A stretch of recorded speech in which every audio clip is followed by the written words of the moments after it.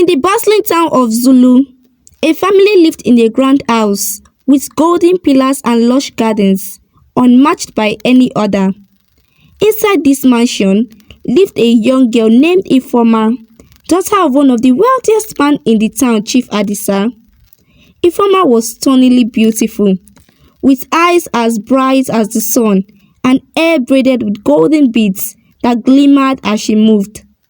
But her heart was as cold as the night. Ifeoma had everything she could ever wish for, from the finest dresses to the latest gadgets. If she pointed her finger at something, her parents would make sure she had it in no time.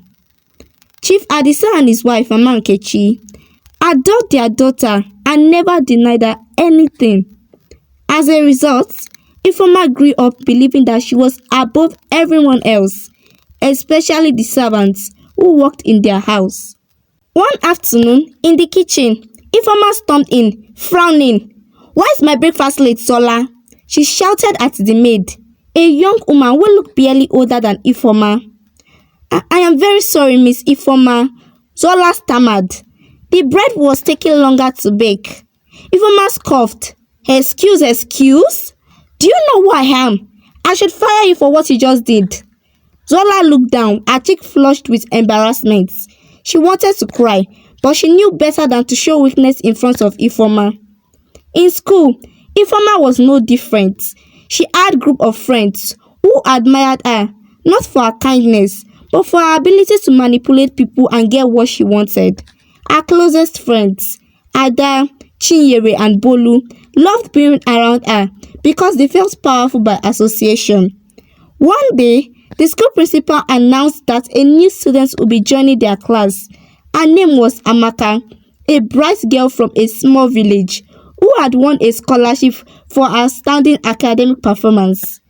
Amaka entered the classroom with a shy smile, her dress plain but clean, her eyes filled with curiosity.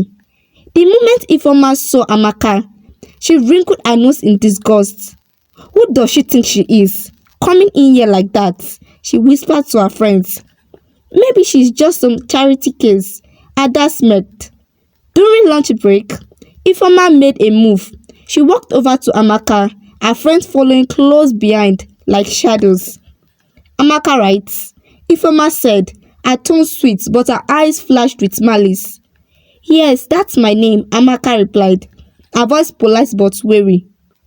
"If you are here on scholarship, you should know your place," Ifeoma sneered. "This isn't some village school." Amaka looked down, hot but not defeated. "I am here to learn just like everyone else." "Oh, you think you are special, don't you?" Ifeoma's voice grew louder. "I don't know why they let people like you in here." Amaka kept silent, her hands clenched tightly. She knew she had to endure this if she wanted a better future. Over the next few months, Ifeoma made it a mission to make Amaka's life miserable. She tripled her in all ways, scattered her books, and spread rumors that Amaka had stolen things from other students.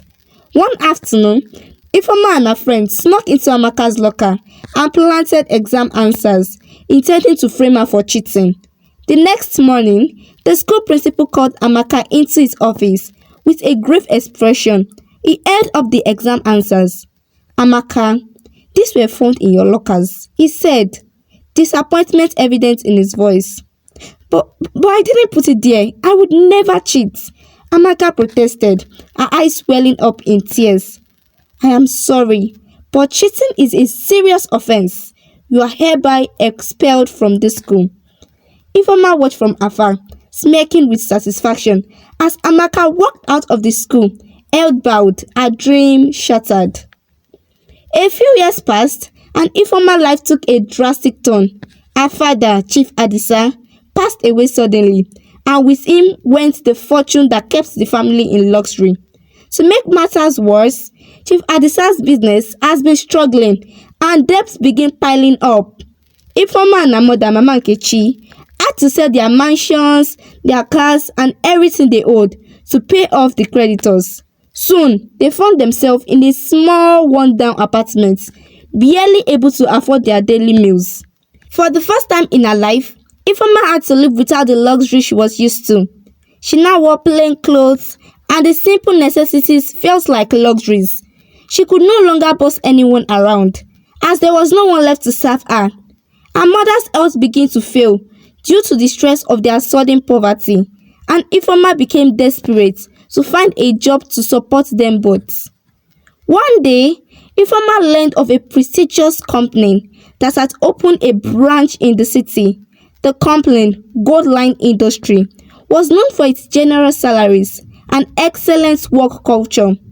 Eager to join the workforce and earn enough to care for her mother, Ifeoma applied, hoping her education would give her an edge.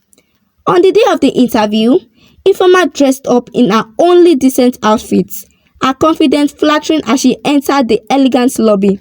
She couldn't help but notice how polished the surroundings were, a painful reminder of her past life. After waiting anxiously in the reception area, the door of the CEO's office opened, and a young woman stepped out. She wore a sophisticated suit, her hair styled elegantly, and her eyes sharp and focused. As the woman approached, Ifeoma's eyes widened with shock. It was Amaka. A sense of dread washed over Ifeoma. How could this be? The girl she had tormented, the girl whose life she had nearly ruined, was now standing before her as the CEO of the company she desperately needed to work for. Amaka looked at Ifeoma with a calm, unreadable expression.